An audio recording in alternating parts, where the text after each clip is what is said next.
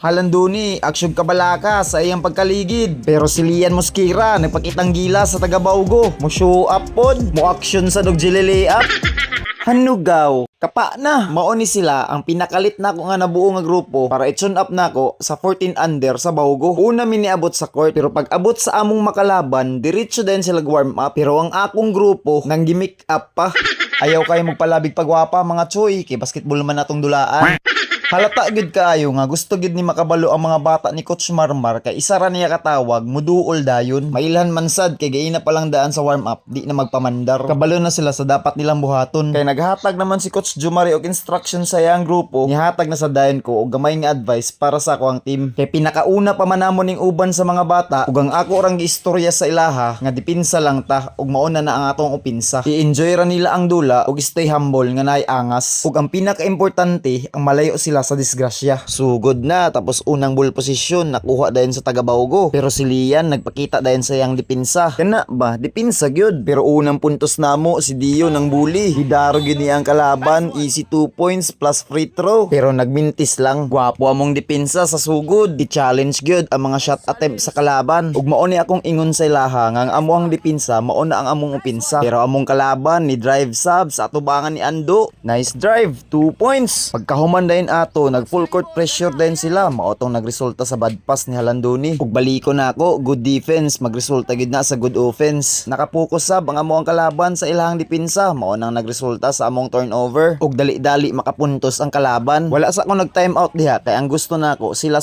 mismo ang nasa sulod sa court ang magsabot-sabot kung unsaon nila paglusot sa dipinsa sa kalaban. Pero may gani si Dio, igamit niya ang advantage para gid makapuntos. Ug isa sa mga pinakaganahan nako nga dula ni Lian kay ang iyang dipinsa. Dili arte ug walay hilig mo flop. Tungod sa among gwapo nga dipinsa, nagsunod-sunod ang among puntos diri ah. Grabe ka pa ni Lian diri oy, tulo ka kalaban gilusutan. Two-way player nga klase si Lian. Ug kaedad-edad lang niya, kaya niya dipinsahan ug opinsahan. Siya nga sa layup oy wa masyat, pero tan-awan ninyo ni recover siya sa iyang sipiat. Ni dipinsa dayon siya. Pero ang uban pa ato, di na mo balik. Tan-awon pa ang ring nga nung wa masyat ang layup. Ibali pasanginlan ang ring. Grabe ang hustle defense din ni Halanduni pero napasa gyapon sa kalaban. Ug wa gid maapas ni Dio og block. Kani si Gonzales mo ning scorer sa Team Baugo. Dili taas pero solid-solid pud og lawas. Nya paspasad pero si Lian Mosquera nag-alat og moral. Mo show up gyud. Kapai gyud. Naana pod, Mosquera to Ando connection. Grabe, mura magsitsug-tsug og si Baterbunya. Barubo version. Pero wa na, gipaspasa na mi diri ah. Gipagawas man ako si Lian kay para makapahuway. Second quarter na mga gaw ug naa sila gipasulod nga player nga perting taasa. Gitawag nila og pandak. Ug nagmintis dayon ng layup ni Halanduni. Pandak gamay-gamay nga bata pero kursunada. Nagbank shot pa sa tubangan ni Ando. Nakanakaw play mi diri ah. Gwapo kayong cut ni Escalante. Pero Team Baugo nagkinakina pod og puntos. Pero si Dio grabe offensive rebound may kasama pang foul. Kana ba mukit-kit gyud. Ingon pa ni Jivin akba. Pero wa lang masyat ang free throw. Pero si Pandak gwapong pasa sa iyang kauban. Magaling sad ning kupal. Pero si Pandak ipaseryoso na og dipinsa kang Lian para makita gyud kung asa tama niyang handles. Yan tinod nagdipinsa yan. Oh. Ano? Nadipinsahan siya ni Lian pero nakadiskarte gihapon. Pasa sa cut pero wa lang masyat ang iyang pull up. Lian again dancing with the enemy. Tulog gihapon ka defender ang gilusutan. Nakakuha pag foul pero not counted. Halanduni nagparamdam na sa iyang opinsa. Good defense pero better offense gaw. Grabe si Lian, unstoppable. Way gansi sa talay. Nitingog na ang kanding. Dio na naman offensive rebound. Lisod gyud pugngan pero wa nay hangin. Hanginon na lang.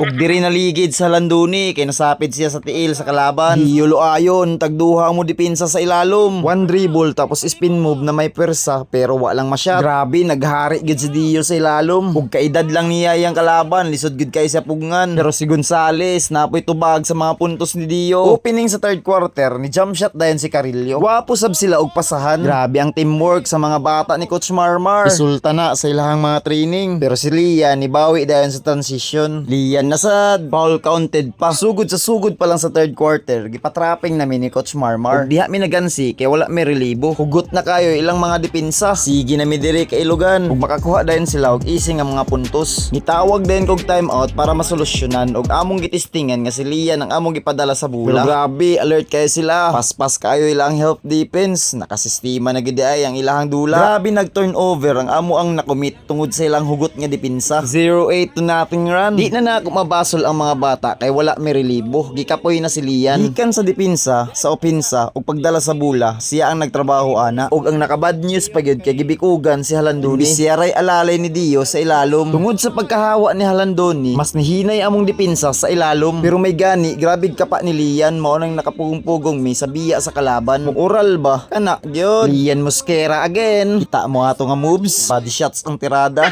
Grabe si Lian. Straight 8 points ang iyang gibuhat. Palong-palo. Wa pa siya nahuman. Naka-assist pa siya kang Escalante. Pero kay foul trouble naman si Dio, mas nihinay pagid ang among depensa sa ilalom. Mas sayon na lang sa ilaha at akihon ng among basket. Grabe si number 17. Back-to-back shot dahil ang iyang nabuhat sa final quarter. Napaspasan na sa Manila. Murag nahutdan na gasolina ning akong mga bata. Ikit-kit namin ni Gonzales. 6 straight points ang iyang gibuhat. Grabe nagmila-mila na mo sa fourth quarter. Di gid mi ka-shot bisan unsaon. Tambak malala ang nahitabo ug wa na mi ka-recover. Pero si Lian nagbaka sakali gihapon, at least mabawas-bawasan ang lamang sa kalaban. Game over na og pildi mi, pero at least nakadugang sa ilang experience. Salamat sa Team Baugo nga gwapo ang gihatag nga dula. Salamat pod sa mga nag-table ug syempre kay Coach Marmar. Sunod na pod, bawi rami ug diri na lang tataman ani.